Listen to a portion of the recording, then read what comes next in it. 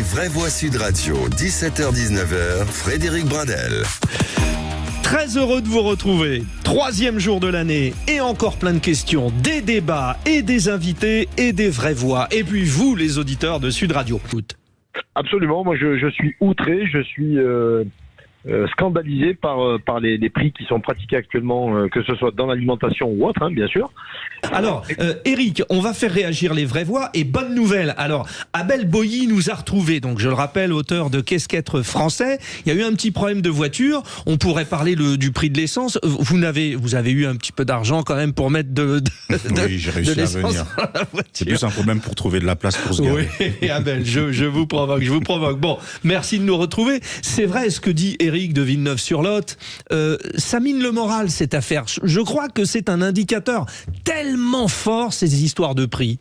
Mais surtout que c'est un indicateur qui vient se rajouter à d'autres indicateurs négatifs. Donc on a l'impression que psychologiquement c'est très dur pour les Français, qu'on arrive à un niveau de saturation et qu'effectivement l'avenir ne semble pas très radieux.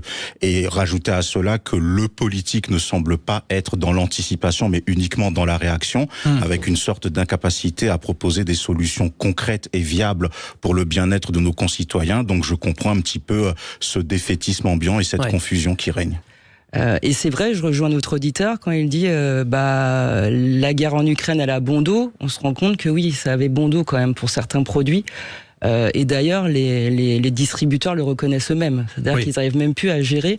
Donc peut-être revoir là où le politique peut avoir mettre un petit coup de pression, c'est la manière dont est négocié les prix en amont et de faire de manière plus récurrente. Joseph Touvenel, vous qui aimez bien dégainer, vous allez nous dire que malgré les efforts de tout le monde, il y en a toujours qui en tirent profit dans ces périodes. Toute la question, ce sont les marges. Il y a des gens qui font des très grosses marges, il y en a qui en font des très réduites. Les vraies voix ce soir, Abel Boilly qui fait sa 2e dans les vraies voix à fond. Abel Boilly, auteur de Qu'est-ce qu'être français aux éditions FR. Les 3 vraies voix s'y collent leurs propositions et nous commençons par Abel Boilly. Abel, vous voulez revenir sur les violences conjugales et justice. Qu'attendons-nous, c'est votre question, pour suivre le modèle espagnol? Tout à fait, c'est un sujet qui me tient à cœur parce que je travaille beaucoup dessus. Avec notre association, nous accompagnons un certain nombre de victimes et nous travaillons avec beaucoup de collectifs. Je vais partir de l'Espagne pour arriver au cas français. Il y a 3 semaines à peu près, c'était les 26 ans du décès tragique de Ana Orantes. Qui est Ana Orantes? C'est une dame qui, en décembre 97, est allée témoigner à la télévision espagnole des 40 ans de violence conjugale qu'elle a subi de la part de son ex-époux. 3 semaines après la diffusion de cette émission, elle est décédée, brûlée vive, tuée par son bourreau.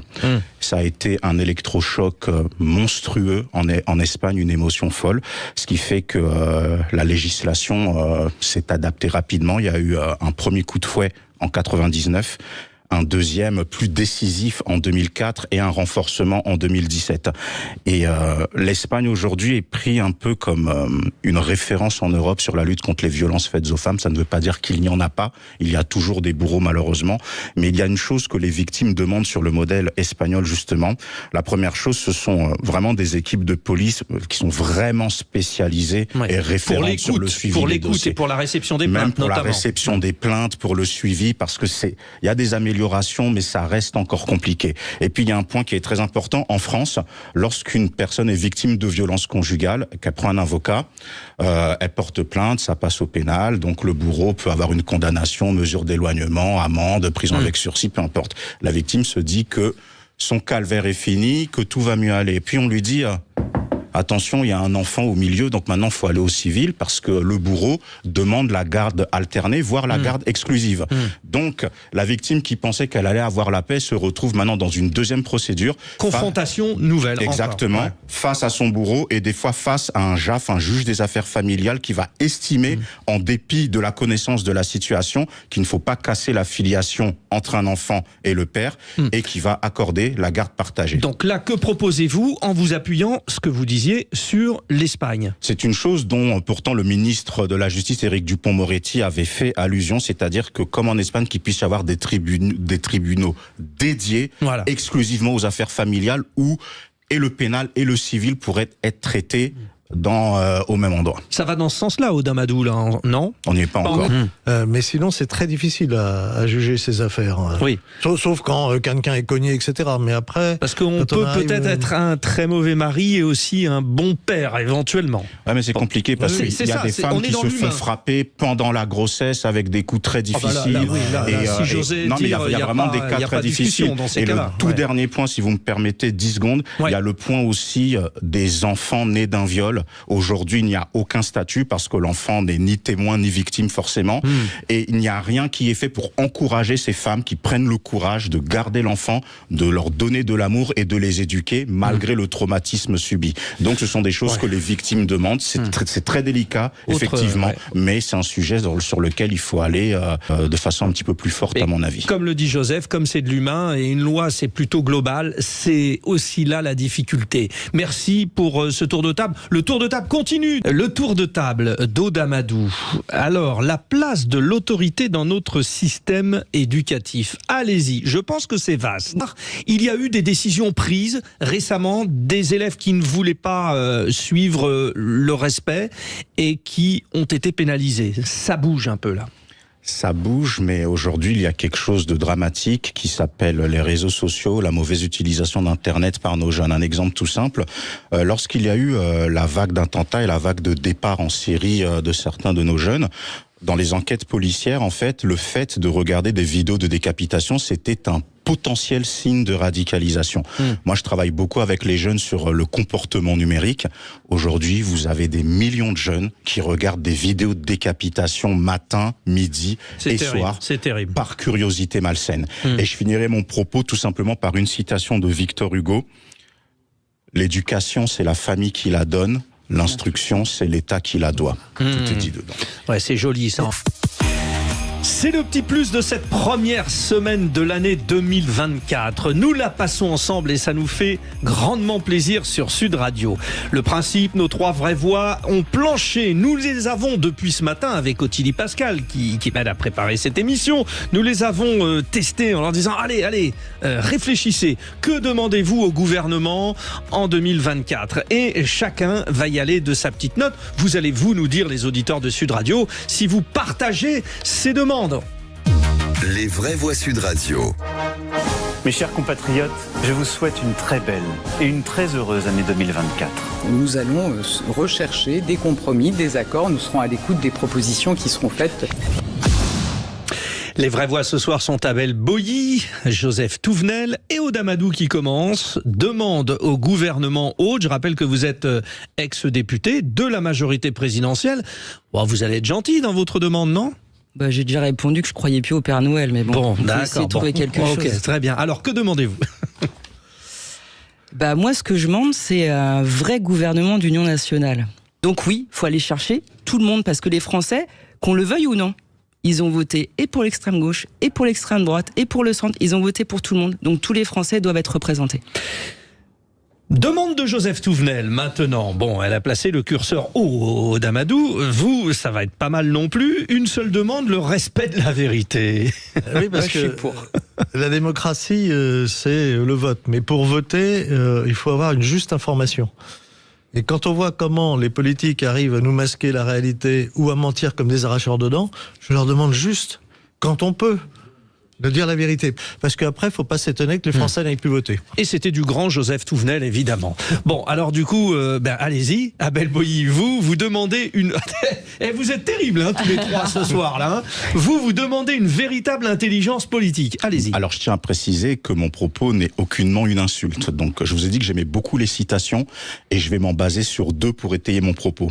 Effectivement, j'en appelle à l'intelligence des politiques, l'intelligence selon André Malraux, cet homme qui a été transcendé par la culture et qui l'a transcendé lui-même. Comment André Malraux définit l'intelligence ? 1. La destruction de la comédie. Tout ce qui est superflu, tout ce qui ne sert à rien. 2. L'esprit hypothétique. Considérer toutes les hypothèses, y compris celles qui peuvent être contraires à nos convictions. Et 3. La capacité de jugement.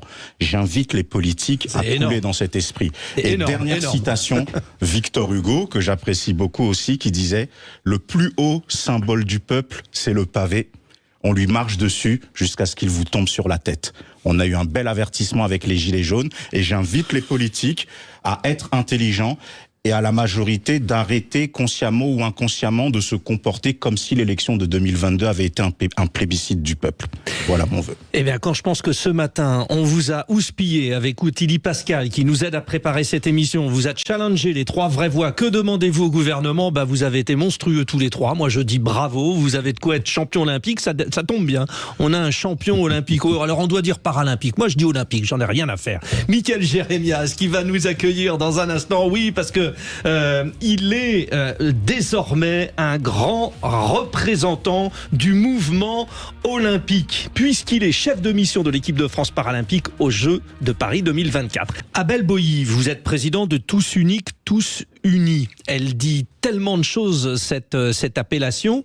La cause handicap, vous en êtes pleinement, on va dire, suiveur et engagé. On est engagé dessus et il est très important par rapport à ce type de question de la poser aux personnes concernées et qui vous répondront que les personnes en situation de handicap sont encore trop invisibilisées dans la société. Emmanuel Macron a fait une déclaration le 26 avril dernier disant que l'État allait consacrer encore 1,5 milliard d'euros pour les personnes en situation de handicap et leur accessibilité au lieu public et que ça concernerait particulièrement les petits commerces, les restaurants, les salles de fête, les locaux de services publics. Donc on a le choix de voir le verre soit à moitié vide, soit à moitié plein. Moi j'espère qu'on n'est pas dans une situation où, comme dans certaines dictatures que je ne nommerai pas, où quand il y a un événement important, on fait en sorte que la ville soit propre et quand l'événement finit, on retourne dans nos mauvaises habitudes. Donc j'ose espérer que les Jeux Olympiques vont être vraiment un boost pour la cause de la situation du handicap. Juste pour revenir sur ce que viennent de dire vos invités à juste titre, il n'y a jamais eu autant d'argent dépensé par notre gouvernement sur la question du handicap et la question de l'accessibilité. C'est pas pour autant que c'est satisfaisant, mais c'est une réalité. Et effectivement, l'effet Jeux Olympiques et Paralympiques fait qu'il y a un accélérateur. On l'a vu à Londres, on l'a vu à Rio, on l'a vu à Barcelone, on l'a vu à Athènes, on l'a vu dans toutes les grandes villes qui ont organisé les Jeux Olympiques et Paralympiques ces 30 dernières années. Sauf que moi, je suis un usager. Avant d'être un militant de la cause, avant d'être un athlète, tout ce que vous voulez. Moi, je suis un usager. Et il s'avère que une grande partie de la cité m'est inaccessible parce que je suis en fauteuil roulant. Donc je suis encore dans notre société en France un citoyen de seconde zone parce qu'on ne me donne pas accès aux choses auxquelles vous avez accès librement. Pourtant, je paye mes impôts comme vous, je suis dans la même situation que vous. Simplement, du jour au lendemain, entre la veille de mon accident et le lendemain de mon accident, je deviens un citoyen de seconde zone. Donc, la seule chose dont on peut se féliciter, c'est qu'on a en tout cas un événement qui nous permet en plusieurs années, de transformer la société. Maintenant, elle ne règle pas le problème de l'accessibilité universelle, elle ne règle pas le problème de l'accès à l'emploi, au logement, à la santé, aux loisirs, à la culture et au sport. Vous savez combien de clubs sportifs, donc d'associations sportives, sont accessibles aux personnes handicapées? 1,4%. Sur toute la France. Un des héritages qu'on veut mettre en place, c'est qu'on ait 3000 clubs dits inclusifs d'ici les Jeux de Paris 2024. C'est-à-dire qu'il y a 3000 clubs qui n'étaient pas accessibles aux personnes handicapées et qu'ils le soient, pour qu'on puisse faire du sport. Pas pour être des champions, mais pour des enjeux de santé publique, pour des enjeux de création de liens sociaux, simplement des vraies vertus de ce qu'est le sport aujourd'hui. Et donc ça, c'est un des héritages qu'on veut avoir. On ne réglera pas le problème du métro. On n'a pas mis en place ce chantier-là, et ça c'est une énorme déception parce que ça c'est terrible. Sur la ligne 14 par exemple, il n'y a que trois stations accessibles. La ligne 14 c'est la ligne révolutionnaire, c'est-à-dire qu'il y a prolongement depuis Orly, l'aéroport, jusqu'au Stade de France. Il n'y a que pour l'instant 3 stations accessibles. Le Grand Paris sera intégralement accessible. Toutes les nouvelles constructions, tous les nouveaux moyens de transport seront entièrement accessibles. Mais à date, vous n'avez pas loin de 400 stations de métro et il n'y a qu'une ligne qui est accessible. En Angleterre, par exemple, si vous prenez Londres, et c'est un des héritages, pas 100% du métro accessible. Mais le métro est une option. Des stations sont accessibles. En France, on a changé la loi trop tard et on s'est dit on ne peut pas changer une ligne partiellement accessible. Il faut qu'elle soit toute accessible, sinon ça ne compte pas. Mais nous, ça nous va très bien si sur 20 stations, il y en a 10 déjà accessibles. Sauf que vous savez ce qu'on nous répond? Ça coûte trop cher. Une station à mettre en accessibilité totale, ça coûte entre 15 et 17 millions d'euros, une station de métro. Donc c'est un chantier en dizaines de milliards, très bien. Mais à un moment, si on veut pouvoir être autonome, si on veut ne pas être dépendant d'un service de transport à la personne comme le service PAM, ou de taxis qui, la plupart du temps, nous refusent quand on les hèle dans la rue, ou qui donc vont coûter de l'argent, ou éventuellement d'un bus, où les gens, parce qu'on parle surtout de citoyenneté, vont accepter de serrer un petit peu pour laisser la priorité à la personne en fauteuil roulant et non pas tourner la tête et faire semblant de ne pas l'avoir vu. Le ça, fameux, pour moi, le problème. La fameuse indifférence. Sachant aussi, Mickaël, parce que Aude parlait d'inégalité en termes de territoire, il y a aussi une inégalité en termes de handicap, parce que il y a plusieurs types de handicap. On parle de l'accès avec effectivement les fauteuils, mais il y a aussi les non-voyants, et puis il y a aussi ces handicaps qui ne se voient pas. Juste un mot, Abel Boilly, par rapport à cela. Vous vouliez réagir ? Oui, déjà, je voudrais féliciter M. Jérémias pour son engagement, parce qu'on voit ce qu'est le militantisme au sens noble du terme. Oui, puis ça fait. En plus, voilà. il est aujourd'hui un porte-drapeau, alors au sens propre au figuré, magnifique. Exactement, on n'est pas dans l'activité annexe pour se donner bonne conscience, on est vraiment dans un engagement qui vous prend aux tripes et qui donne un sens à votre vie. Et il est vrai qu'il y a eu une loi en 2005, il y a eu des annonces en début d'année de la part du président de la République, et moi j'aimerais que cesse cette vaste hypocrisie autour de la situation du handicap, parce qu'une personne en situation de handicap ne demande pas à ce qu'on s'appuie sur son handicap. Elle demande à être aidée dans le pourcentage de mobilité qui lui reste, même à être challengée.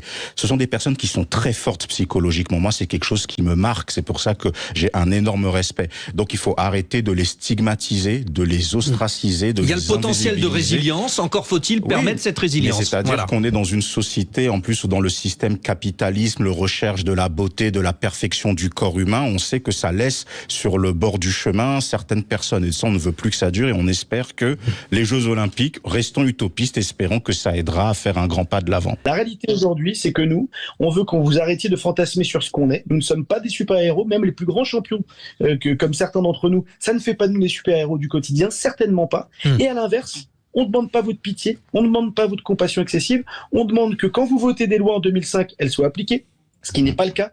Énormément d'amendements de la loi de 2005 ne sont pas appliqués. Et on est en 2024, pardon.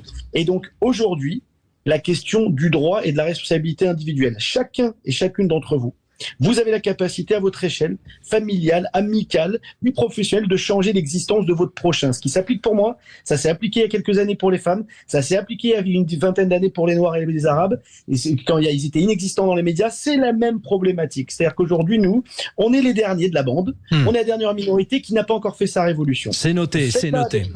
Faites-la avec nous et dans la durée. Merci, Mickaël Jérémias.